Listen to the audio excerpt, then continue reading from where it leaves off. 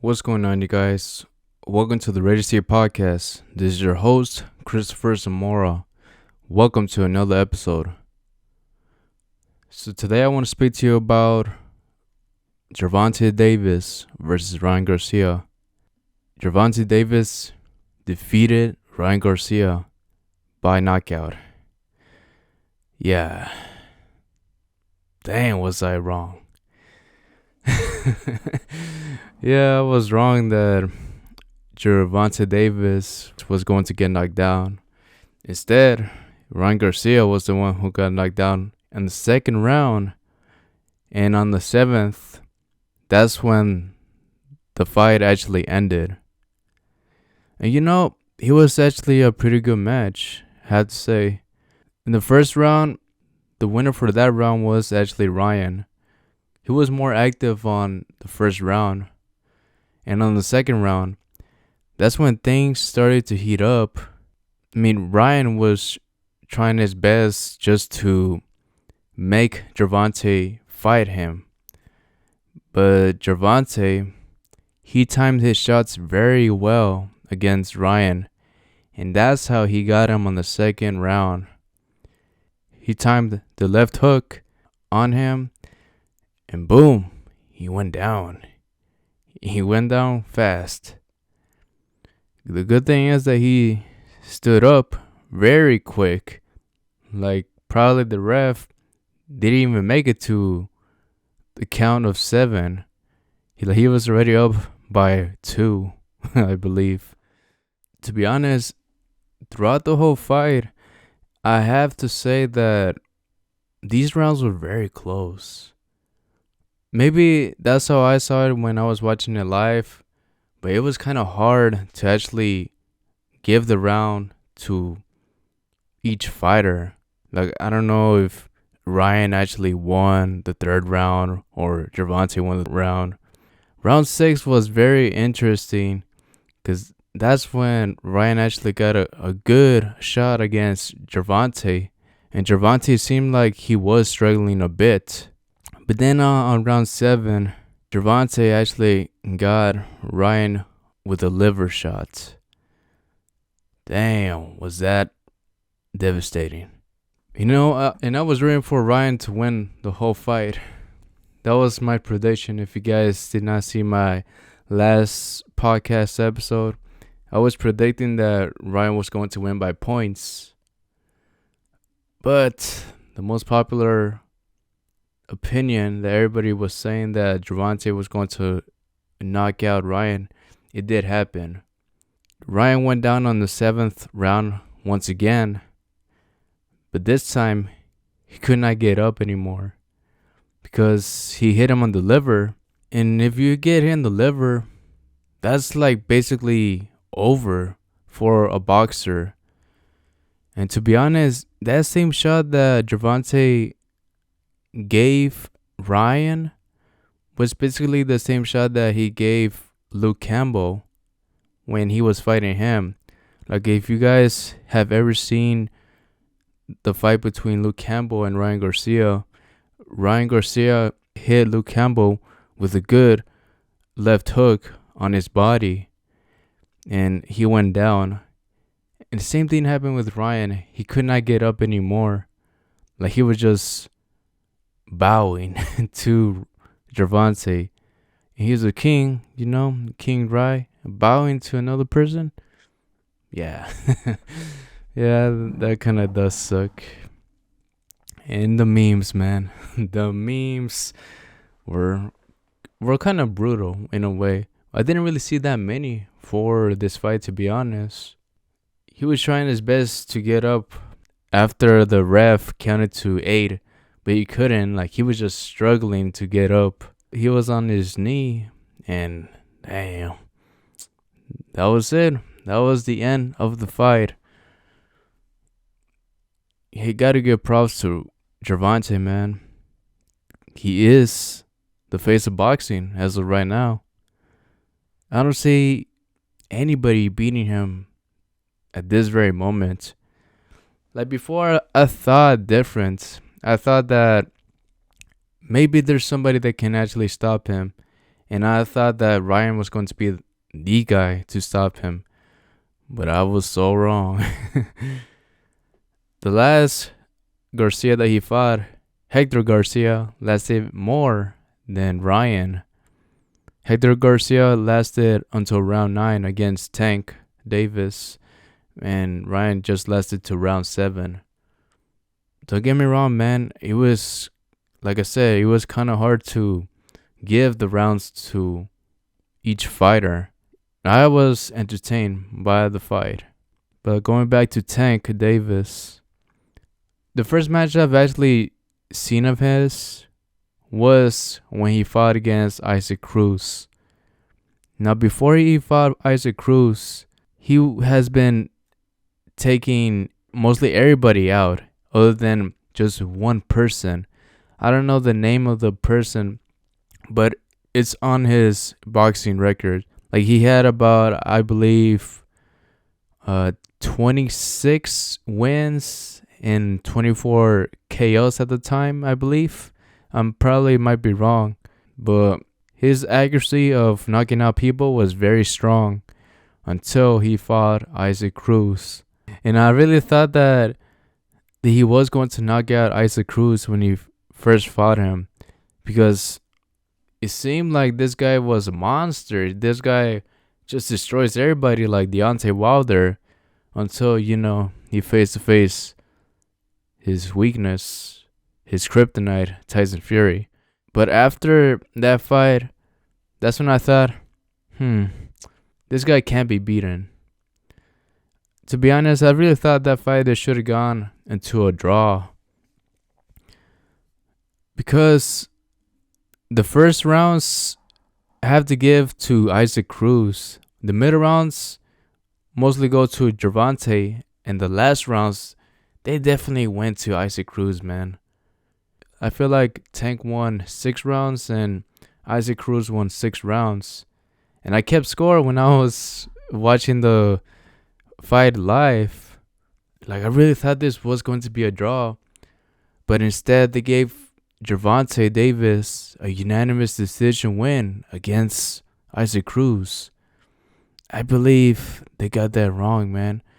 It probably should have been a split decision, but instead they gave him a unanimous decision. Yeah, man. I think they should run it back to see if Isaac Cruz can actually take him down. That would be an interesting fight. To see if Isaac Cruz can actually do it, man. He could be the guy to stop him, but I don't know, man. Like I said, after watching that fight, I feel like he could be beaten. Maybe the next guy that he fights was going to give him a problem. And I was somewhat right when he fought Rolly Romero, the other opponent that he faced. He was going at him. He was going at him very strong. And Tank was actually losing the rounds until Rolly Romero got caught with a good shot, I think around round 6, I believe. But then after he faced Hector Garcia, I wasn't really familiar with the guy, but I know that he was undefeated, as well as Tank. Maybe this guy would have given him problems. On this fight, this is when I noticed that Tank's patience is top notch. This was more of a technical fight. The other fights before Hector Garcia were an all-out brawl, but for this one, it was more of a technical fight. Like, Tank had to be a little bit more patient with Hector Garcia, and he was. He planned his shots very well, and he just won by a TKO, by technical knockout, because the other guy could not go anymore because he could not see from his eye. So yeah, man. But then I noticed that Ryan Garcia had a few fights against, let's just say, not that great of fighters, or maybe fighters that probably are not at their prime anymore. They just put it like that. The fighters that he fought was against Tego, and he also fought Fortuna. These guys, they're like in their mid 30s, and let's just say they're probably not in their prime anymore. And Ryan Garcia actually fought them. Ryan Garcia versus Tego. I believe he should have knocked him out, but he couldn't because Emmanuel Tego, was actually just running away from him. He was like avoiding all his shots. Like, don't get me wrong, man. He was getting him very good. He was getting him really well. But like, Ryan has bad defense. He has very good striking, but like his downside was his defense, and he leaves himself very open. That's the thing that actually made him lose to Tank Davis. When he fought Fortuna, he actually got the guy down. I think I was on round 5. It was an early stoppage. The guy could not continue anymore, and he even dropped his mouth guard. It was an okay fight, but like, it wasn't anything different. Like, we didn't really get to see Ryan Garcia get tested on his defense or his fighting IQ. He's just an all-out brawl person. He just always goes for the knockout. In the post-interview, Ryan Garcia did mention that he really got bored while he was fighting Tank Davis. I was surprised when he said that. How can you get bored while boxing somebody that is trying to take your head off? Yeah, I was very surprised when he mentioned that. Now, he wasn't being patient with Tank. That was his downfall because he was trying to knock him out. He was trying to get him back once Tank actually knocked him down on round 2. But then he calmed himself down because I think he was kind of afraid just to get knocked down. And sadly, he did, man. He got knocked down once again on round 7. It was close to the ending of the round, I believe, or maybe in the middle. I'm not really sure, but I just know that he just got knocked down. And there was no way for him to come back from that punch. That hit that Tank Davis did was very well timed. I mentioned that he did not have great speed. He just timed it very well. He has the strength. That punch was devastating, and that is why Ryan Garcia did not actually make it back up again. He timed that shot very well, and he knew that Ryan was going to try to hit him with the right hand. He was just planning his shot, and he just got him, boom, just like that, man. So what could be next for Ryan Garcia? He lost against one of the best boxers right now in this modern era. He said he is moving to 140. This a different division that I'm not really familiar of, but I would like to see him fight very soon. And the person I believe that he should fight next, it should be Isaac Cruz.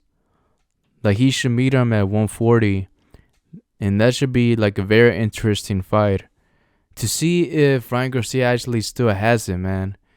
Like, damn, I did believe that Ryan Garcia was going to be the guy to take Tank Davis down, but I was just dreaming. If Ryan Garcia knocks out Isaac Cruz, then yeah, man, that's a very redeemable fight for him. That's what he needs. He needs another test to see if he still has it. But as for Tank Davis, as of right now, I think he should just take probably the year off. Or maybe he might give us a surprise, and maybe he'll fight later on this year in 2023 against the winner of Devin Haney versus Vasily Lomachenko. Now, I don't know, man. That fight is coming up very soon. I believe it's on the 20th of May that is happening. Vasily Lomachenko has great footwork and he's super quick. Well, like he used to be before the pandemic hit. But like, and people has say on his last fight, he hasn't been the same ever since. But I don't really know, man. For that fight, my prediction, I have to say, even though I don't like the fighting style that Devin Haney has, I still believe that probably he might win against Vasily Lomachenko. People are saying that Lomachenko is probably old and he doesn't have it anymore. It probably could be true, but we will have to see on May 20th to see if that statement is a statement or if it's just an opinion of somebody. I feel like Devin Haney is probably just going to jab and just back away from him throughout the whole time. That could potentially happen, and maybe that could be the way that he's going to win by split decision. But yeah, man, we will see how Devin Haney is going to take care of Vasily Lomachenko on that fight. I still want Lomachenko to win, but man, I don't see it going his way. Devin Haney for the win, I guess, for that one. And what is going on with Tyson Fury, man? Tyson Fury has been avoiding everybody. It's not funny anymore, man. He really needs to fight someone this year. Supposedly, he was going to fight Alexander Usyk, but look what happened with that fight. It just got demolished just like that, and it never really happened. As for Deontay Wilder, like I said before, he should fight Andy Ruiz. That should be the fight to be made next for them. But we still haven't heard anything new about who they're facing against. And now let's just switch gears, guys. I'm going to speak to you about Star Wars Jedi Survivor. I haven't played the sequel yet for the franchise, but I had played the original one, the Fallen Order. I would say it was okay. I'm not really a huge fan of Star Wars, but it was very enjoyable. Like I like the combat, and also it did remind me of Uncharted in a way. It was a very fun experience. Maybe I'll give the game a 7 out of 10. Like I said, I'm not really a huge fan of Star Wars, but it was a good game. It's a decent game. Star Wars, for the past almost 50 years, I believe, since the 70s movie came out, it has been one of the greatest franchises of all time in cinema history. And now it's taken over with the TV shows and also the video games. But Jedi Survivor turned out very bad for the PC. If you guys have seen the news for Star Wars Jedi Survivor on the PC, it's not looking very well for them. Like the most that you can run for this game in the most modernized computer that we have today, it only runs to like 23 frames per second or 22 frames per second. You cannot go even more upper than that, which really does suck because people really want to play this game and they've been waiting for a while. They've been waiting ever since they announced the video game since last year. People are not waiting for patches or anything like that. They want to play the game on day one and they want to play it good. They don't want any bugs. Same thing is kind of happening for the PlayStation and Xboxes, but most of the bigger issues are on the PC. Before Star Wars Jedi Survivor made it to the PC, The Last of Us Part 1 was there. And that was another video game that had issues with optimization on the PC.